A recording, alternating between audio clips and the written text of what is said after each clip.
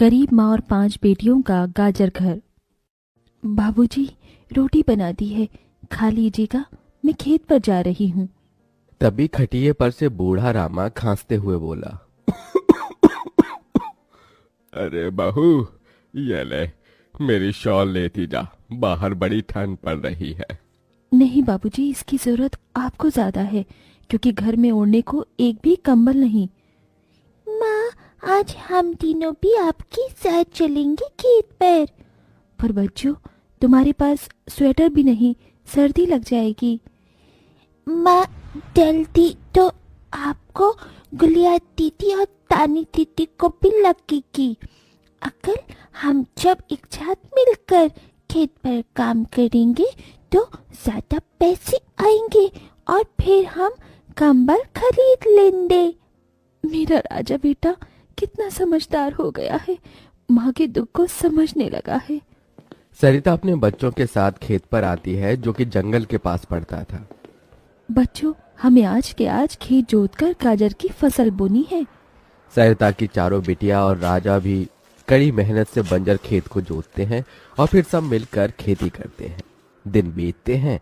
एक रोज जब सरिता घर आती है तो वो अपने पति को घर में जुआ खेलते देखती है। अरे बिरजू, भूख लगी है। ये ले दारू, 2 घूंट मार ले। अरे खाली दारू, इसके साथ कुछ चखना मिल जाता तो मजा आ जाता। अरे देख बिरजू, तेरी लुगाई आ गई। बिरजू को घर में जुआ खेलते देखकर सरिता बौखला कर बोली, अजी, तुमको शर्म नहीं आती? घर में जुआ खेलते और दारूबाजी करते। तो फिर बोली, अरे जानती नहीं, पति परमेश्वर होता है और पत्नी की जगह पति के पैरों में होती है। चल जल्दी से मेरे लिए अंडा ऑमलेट बना और गरम रोटी भी। तुम्हें अब मुफ्त का खिलाने को राशन नहीं मेरे पास। 6 बच्चे हो गए हैं, जानती भी हो इन सब का पेट कितनी मुश्किल से पाल रही हूँ मैं। तुम्हें तो जिम्मेदारी से मतलब ही नहीं। घर में बूढ़ा बीमार पिता है, तुम तो कमाने गए थे ना, फिर क्या हुआ? आते ही पैसे मांगने लगी। पति ने खाया पिया कि नहीं ये तेरा बाप पूछेगा। नशे में धुत बिरजू सरिता से अकड़ते हुए अपनी चमड़े की चप्पल निकालकर उसे बहुत पीटता है। ये ले, और लड़ाई जबान। मैं कमाता नहीं तो क्या इस घर में मेरी इज्जत नहीं होगी? ये ले। बचाओ, ओह बचाओ, माँ को मत मारो पिताजी। तभी लड़खड़ाते हुए बिछौने से उठकर बूढ़ा रामा कहता है, अरे निकम्मे, छोड़ दे बहू को, निकल जाए इस घर से तू, और फिर कभी शक्ल मत दिखाना। अरे ये मेरा घर है, मैंने बनाया है इसे। बिरजू चला जाता है। तभी रामा रोते हुए बोलता है, अरे जाने कैसे उड़ाऊं बेटे को जन्म दे दिया है मैंने। मेरे हाथों भारी गलती हो गई जो इसे तेरी शादी कराई। बहू, माफ कर दे मुझे। पर उस 5 बेटियों की गरीब माँ का दुख इतना ही नहीं था कि एकदम से जोरदार तूफान उठा और झोपड़ी की छत हवा के झोंके से उखड़ कर गिर गई। हे भगवान, इतना भयंकर तूफान! तानी, गुड़िया, अंजू, तुम तीनों सोनी, राजा और मुनिया को लेके बाहर निकलो, मैं दादाजी को लेकर आती हूँ। उठिए बाबूजी। नहीं बहू, तू जा, मेरा समय आ गया है। तुझे उन 5 बच्चियों की सौगंध, तेरे बाद उन्हें देखने वाला कोई नहीं। जा बहू, जा। सरिता के बाहर निकलते ही पूरी झोपड़ी गिर जाती है। सरिता छाती पीट पीट कर रोने लगती है। बाबूजी। अरे कैसा निर्दयी है रे तू ऊपर वाले। क्या मिला आखिर, क्या मिला तुझे मेरा घर उजाड़ कर? तू खुद तो अपने घर में सो रहा है और मेरी 5 बेटियों को बेघर कर दिया। जवाब दे, तू बोलता क्यों नहीं? सरिता को टूट कर रोता देखकर उसकी 5 बेटी भी बिलख बिलख कर रोती है। चुप हो जाओ माँ, रो मत।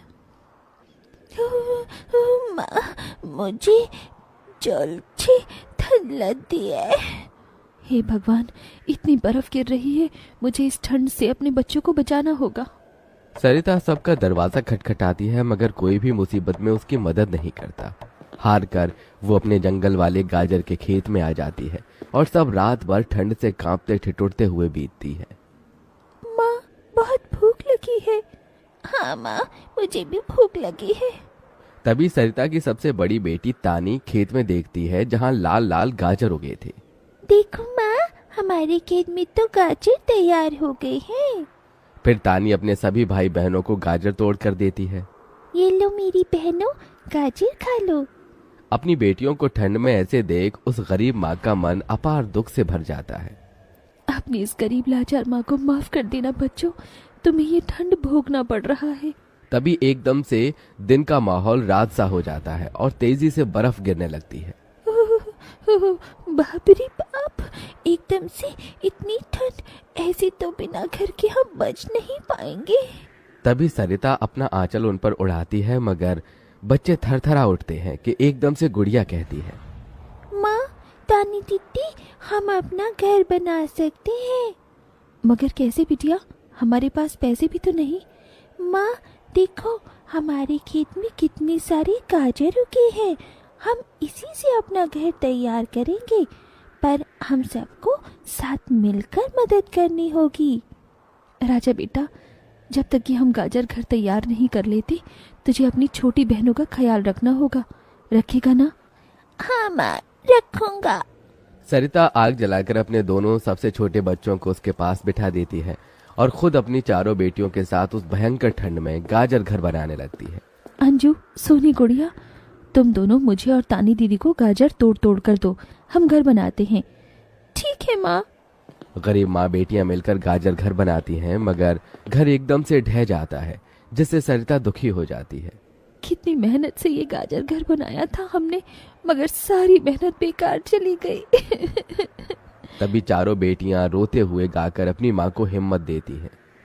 जिंदगी की यही रीत है, हार के बाद ही जीत है। थोड़ी आंसू है, थोड़ी हंसी, आज गम है तो कल है खुशी। जिंदगी की यही रीत है, हार के बाद ही जीत है। मेरी बच्चियों। रोते हुए सरिता अपनी बेटी को गले से लगा लेती है। वो फिर कोशिश करते हैं, कई बार उनका गाजर घर बिगड़ता है। तभी गुड़िया कहती है, माँ, अगर हम अपना गाजर घर मजबूत बनाने के लिए पहले लकड़ी फट्टे से ढांचा बना लें तो फिर हमारा गाजर घर नहीं गिरेगा। सब ऐसा ही करते हैं जिससे उस बार उनका गाजर का घर मजबूत बन जाता है। सरिता अपनी पांचों बेटियों और बेटे के साथ घर के अंदर आती है। तब जाकर उनके शरीर को गर्माहट महसूस होती है। अरे वाह माँ, दीदी, आप सबने कितना सुंदर गाजर घर बनाया है और ये कितना गर्म भी है। तभी सरिता अपने बेटे बेटियों का मुंह देखती है। सबकी आंखों में भूख थी। मैं जानती हूँ तुम सबको भूख लगी है ना, अपनी माँ को एक दिन दे दो, मैं कल काम ढूंढ लूंगी। ठीक है, आज हम ये गाजर खाकर सो लेंगे। आप भी खा लो ना माँ, आपने 2 दिन से कुछ नहीं खाया। सोनी अपने नन्हे हाथों से अपनी गरीब माँ को गाजर खिलाती है। अगले दिन सरिता ठंड में इधर से उधर काम ढूंढने भटकती रहती है मगर कोई उसे काम नहीं देता। इधर अब उसके खेत के गाजर भी खत्म हो गए थे जिससे उसकी बेटियां भूखी थी और उसकी दुधमुही बेटी भूख से रोई जा रही थी। माँ, मुन्ना को भूख लगी है, उसे खाना चाहिए। छोटे बच्चे खाना नहीं खाते राजा, इसे दूध पीना है। हे बसुरी बजैया, एक माँ की ममता की इतनी भी परीक्षा मत लो कि वो अपने बच्चे को दूध भी ना पिला सके। तभी सरिता को द्वार पर एक गाय के रंभाने की आवाज सुनाई दी। माँ, लगता है बाहर गाय आई है। सरिता अपनी बेटियों के साथ बाहर आकर देखती है तो गाय के थन से दूध की धारा बहे जा रही थी। इस गाय के थन में कितना दूध गिर रहा है। सरिता गाय का गर्म दूध अपनी बेटी को पिलाती है। तभी गाय उसके खेत में जाकर गोबर कर देती है जिससे एकदम से जादू होता है और खेत लाल चमकदार गाजर से भर जाता है। माँ, ये तो कोई जादुई गाय लगती है, देखो हमारे खेत में कितने गाजर उगाए। हाँ गुड़िया, मैं जादुई गाय हूँ। मुझे वरदान प्राप्त है, जिस भी बंजर खेत में मैं गोबर करूंगी वो फसल से भर जाएगी।